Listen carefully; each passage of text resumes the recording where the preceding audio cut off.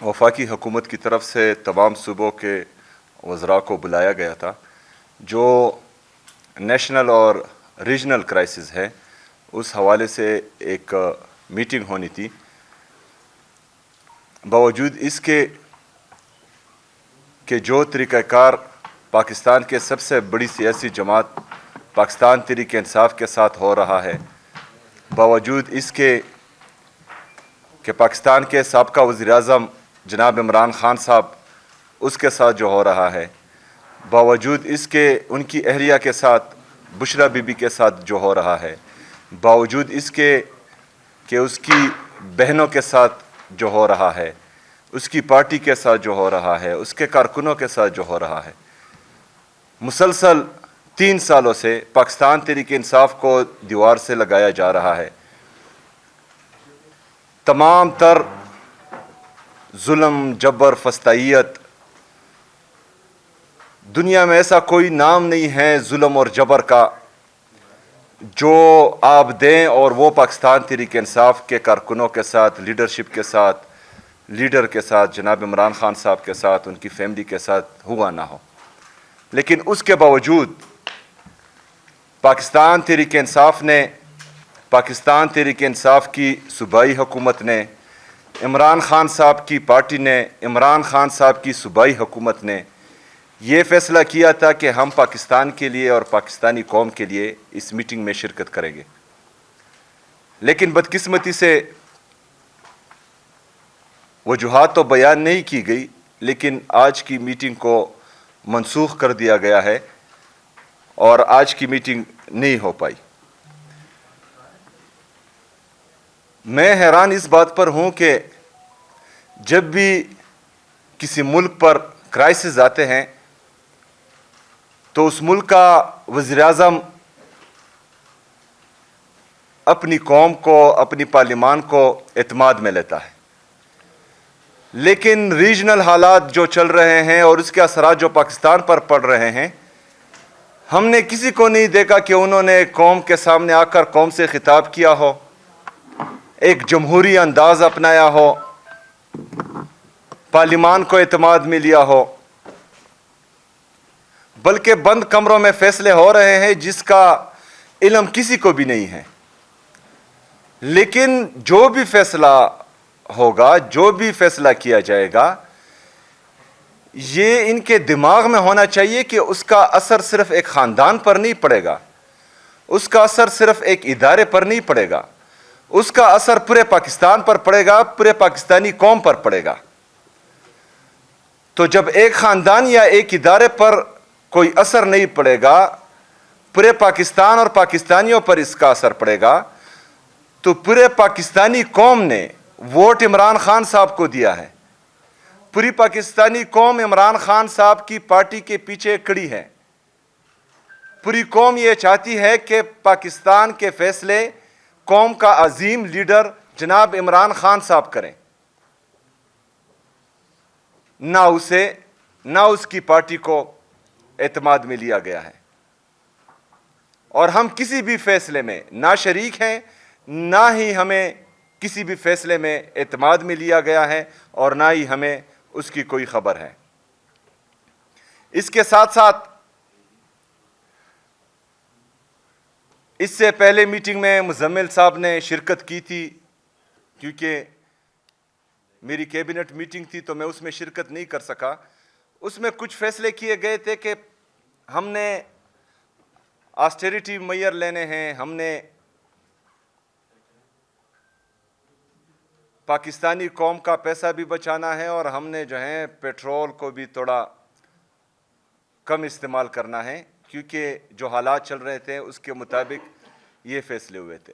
हमने उस मीटिंग में बताया, मुज़म्मिल साहब ने बताया कि जो फैसले आप अभी कर रहे हैं ये फैसले हम पहले कर चुके थे। जब इमरान खान साहब की हुकूमत थी और कोरोना में खैबर पख्तूनख्वा की हुकूमत ने पेट्रोल पर जो कट लगाया था अपने पार्लियामेंटेरियन के लिए, वो कट आज भी मौजूद हैं। उसके बाद हमने वो कट नहीं उठाया था। मैंने ऑलरेडी کیبنٹ میں یہ ڈیسائیڈ کیا تھا اس سے پہلے ہی کہ جو آفیسرز 2-3 کلومیٹر سے دور ہیں وہ تمام میٹنگز جو ہیں وہ آن لائن اٹینڈ کیا کرے تاکہ قوم کا پیسہ ضائع نہ ہو. یہ سارے فیصلے ہم آلریڈی کر چکے تھے.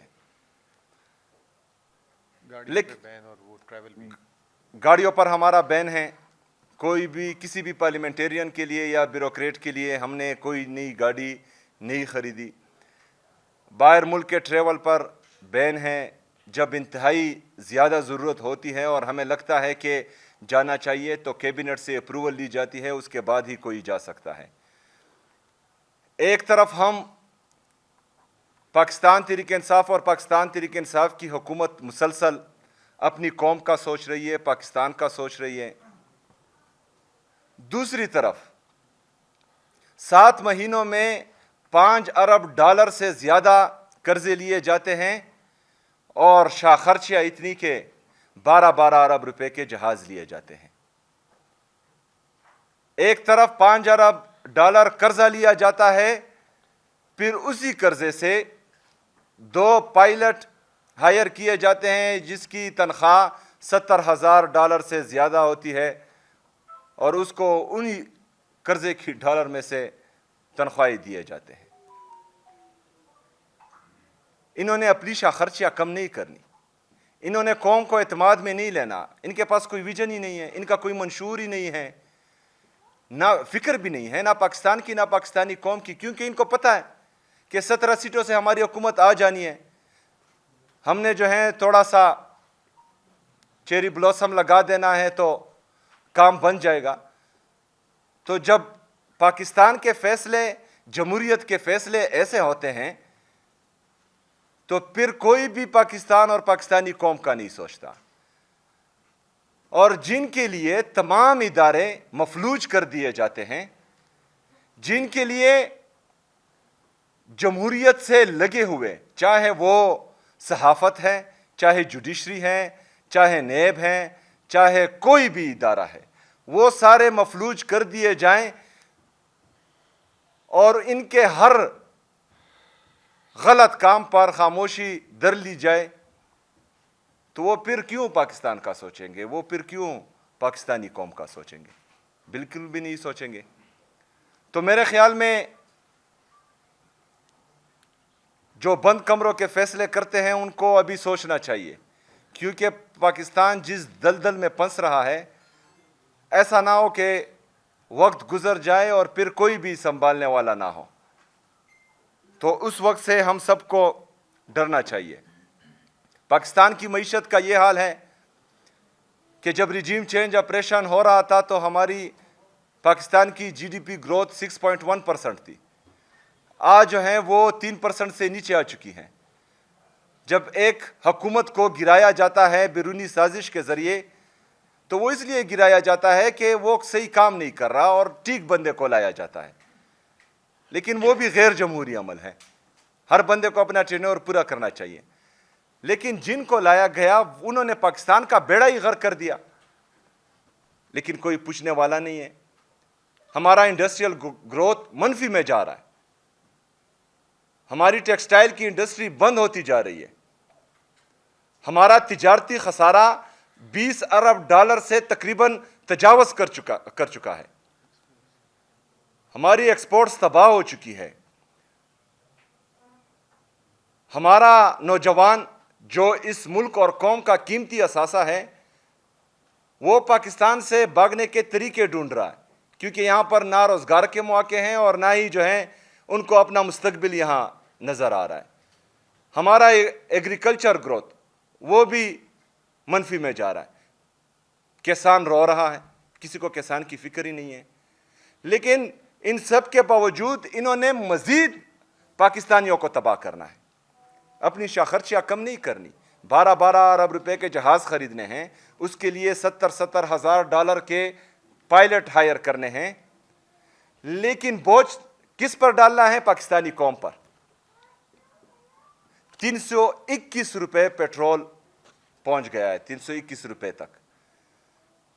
ہمارے دور میں پیٹرول فی بیرل تقریباً $117 سے $120 تھا.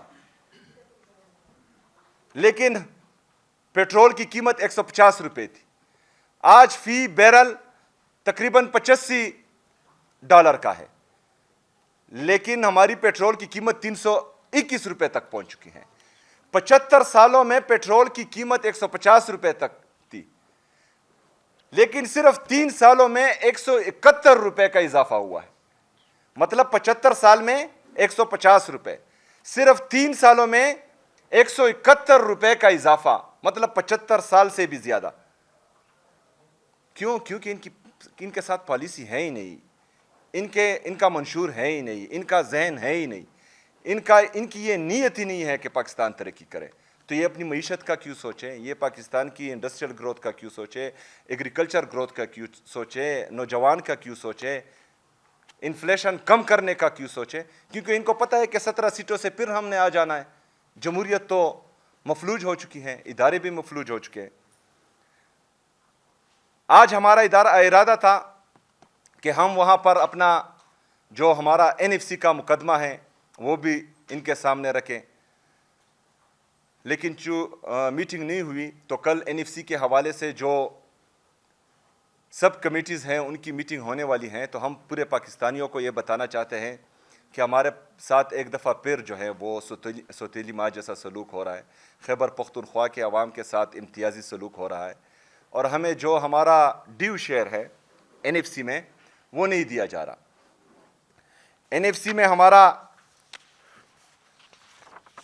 जो शेयर बनता है इन 8 सालों में वो तकरीबन 964 अरब रुपए अभी तक बनता है, लेकिन जो 7th NFC अवार्ड है जो 25वीं आईनी तरमीम के बाद जब फाटा KP में मर्ज हुआ उसके बाद वो अनकॉन्स्टिट्यूशनल हो गया है, गैर आईनी हो गया है, क्योंकि उसमें 3.5 सूबे शामिल हैं। आईन में लिखा है कि NFC का शेयर 4 सूबों में तकसीम होगा, चूँकि मर्ज अजला KP में शामिल हो चुके हैं और उनको उनका हिस्सा नहीं दिया जा रहा, तो ये 3.5 सूबों को दिया जा रहा है जो गैर आईनी है।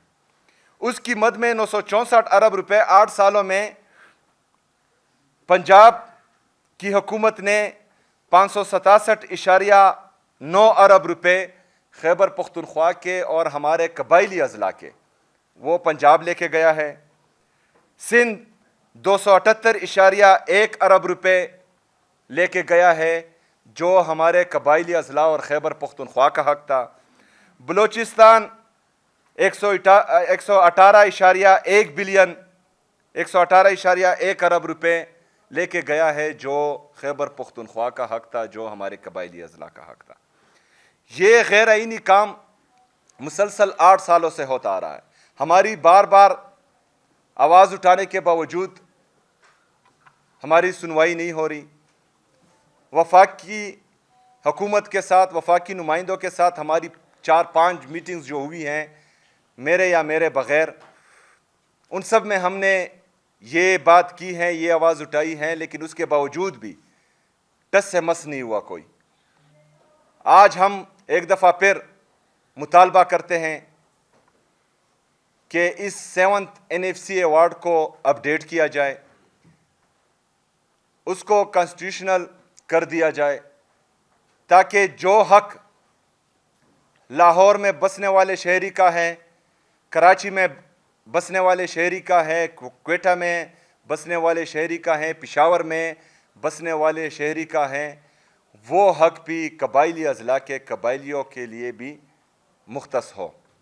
तो इसमें कल मीटिंग है और हम उम्मीद करते हैं कि 8 साल जो सूबे हमारा हक लेके गए हैं और हमारा हक आया है वो इसमें हमारा साथ देंगे और 7th NFC को अपडेट करेंगे और कॉन्स्टिट्यूशन के मुताबिक करेंगे।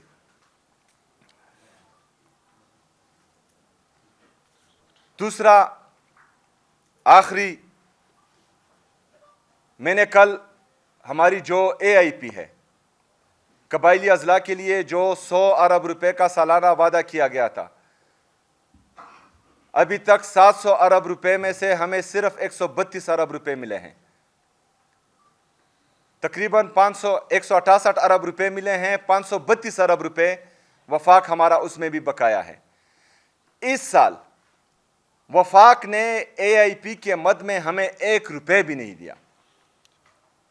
خیبر پختونخوا کی حکومت نے اپنے ریسورسز سے برج فائنانس کر کے 26 ارب روپے قبائلی اضلاع کو ابھی تک دے چکا ہے, لیکن وفاق نے ہمیں 1 روپے بھی نہیں دیا. اس کے لیے ایک کمیٹی بنائی گئی تھی, میرے آنے سے پہلے چیف منسٹر اس کو ہیڈ کرتا ہے. تو کل تقریباً 1.5 مہینے سے میں کہتا رہا کہ وہ میٹنگ ہونی چاہیے, لیکن اویلیبلٹی وفاقی وزیر صاحب کی نہیں ہو رہی تھی. تو کل کے لیے وعدہ کیا گیا تھا کہ ہم اویلیبل ہوں گے, تو میں نے میٹنگ کال کی. آج پتہ چلا کہ کل کی میٹنگ کے لیے بھی صاحب محترم اویلیبل نہیں ہیں. تو جب جو ہمارا آئینی اور قانونی حق ہے وہ بھی نہیں دیا جا رہا, جو صوبے کی 4.5 کروڑ عوام ہیں اس کے لیے ہم کچھ مانگ رہے ہیں وہ بھی نہیں دیا جا رہا, سیاسی طور پر بھی ہمیں دیوار سے مسلسل لگایا جا رہا ہے. عمران خان صاحب کے صحت کے حوالے سے ان کے ذاتی ڈاکٹر اور ان کے فیملی ممبرز کو ان سے ملنے نہیں دیا جا رہا, اور مسلسل ظلم, جبر اور فسطائیت کا ماحول گرم ہے. اور ان حالات میں بھی جو انٹرنیشنل اور ریجنل کرائسس ہیں, ان حالات میں بھی ان کا مقصد پاکستان تحریک انصاف کو دیوار سے لگانا ہے. تو پھر صرف پاکستان تحریک انصاف نے بھی ملک کا سوچنا ہے, صرف پاکستان تحریک انصاف نے ہی یہ ذمہ اٹھایا ہوا ہے کہ ملک پر سخت حالات آئیں گے تو قربانی پاکستان تحریک انصاف نے ہی دینی ہے. کسی اور ادارے کی یہ ذمہ داری نہیں ہے کہ وہ قربانی دیں, کسی اور سیاسی پارٹی کی یہ ذمہ داری نہیں ہے کہ وہ قربانی دیں. قربانی صرف ہم نے دینی, آج بھی ہم نے قربانی دی ہے. اس تمام تر ظلم, فسطائیت اور جبر کے باوجود ہم نے حامی بری ہیں میٹنگ کے لیے, کیونکہ ہمیں پاکستان کی فکر ہے, کیونکہ ہمیں پاکستان سے محبت ہے, ہمیں پاکستان سے عشق ہے. اس لیے ہمیں عمران خان سے عشق ہے, کیونکہ ہمیں پتہ ہے کہ عمران خان کے علاوہ پاکستان کو نہ کوئی سنبھال سکتا ہے, نہ اٹھا سکتا ہے, نہ ترقی دلا سکتا ہے. تو میں یہی کہوں گا آخر میں کہ ان کو ہوش کے ناخن لینے چاہیے, اور جو رویہ یہ اپنا رہے ہیں اس پر ذرا سوچنا چاہیے. اور جس وفاقی حکومت کو ہم پر مسلط کیا گیا ہے تو اس کو تھوڑی سی چابی دینی چاہیے, کیونکہ یہ تو خود ماشاءاللہ بالکل فارغ ہیں عقل سے, لیکن کوئی مشورہ دیں کہ ان حالات میں جو ہیں قوم سے خطاب بھی کرنا ہوتا ہے, قوم کو اعتماد بھی میں بھی لینا ہوتا ہے. شکریہ جی.